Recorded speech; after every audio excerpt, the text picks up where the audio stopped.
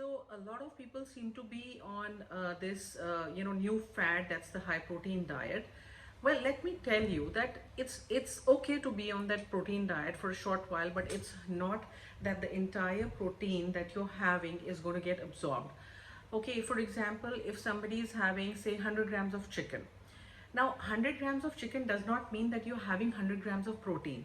Why? Because 100 grams of chicken only has about 20 grams of protein. And out of that also, very little is going to be absorbed. Say about 13 or 14 grams of protein is going to be absorbed by your body. So it's not like if you're on a high protein diet, so it means that, you are on, that the entire protein is getting absorbed. It's not like that at all. Please understand that and be very clear about it. Okay, now egg is one source from which, yes, the net protein utilization is 100.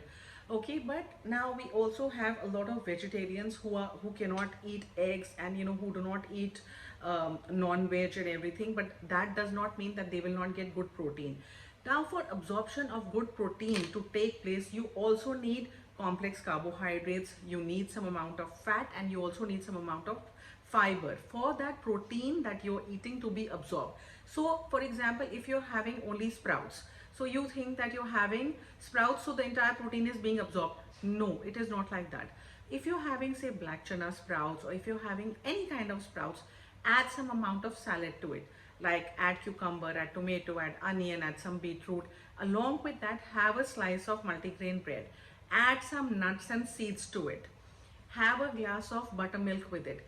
Then yes, a certain amount of protein will get absorbed from those sprouts. Similarly, you can also, for the vegetarians out there, you can have tofu, but again, tofu you combine it with, say, onions, garlic, capsicum, add some tomatoes to it, have a nice salad of rocket leaves, kale, and add some nice vinaigrette dressing to it, add, sprinkle a bit of olive oil, add some nuts and seeds to it. That's when protein is going to get absorbed from your diet. Okay, also for the vegetarians out there, you can have paneer, you can have tofu, add, like I said, add your seeds, add your nuts to your sprouts. You can also add alfalfa sprouts to enhance the quality of the sprouts that you're eating. You can also make almond milk. So what you can do is you can soak a few almonds overnight. In the morning you peel them, you grind them, add water to them, and you have a glass of almond milk ready, which is a very, very good source of vegetarian protein.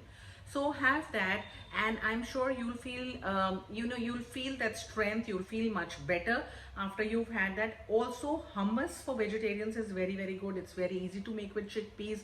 It has olive oil, it has sesame seeds, it has a lot of things which help to enhance the protein quality. And when you have it with, say, some carrot steaks, some cucumber steaks, you have it with some whole grain bread, that's when you are being able to absorb the protein from the hummus. So I hope all these tips will be useful for you. Have a wonderful day. God bless and thank you.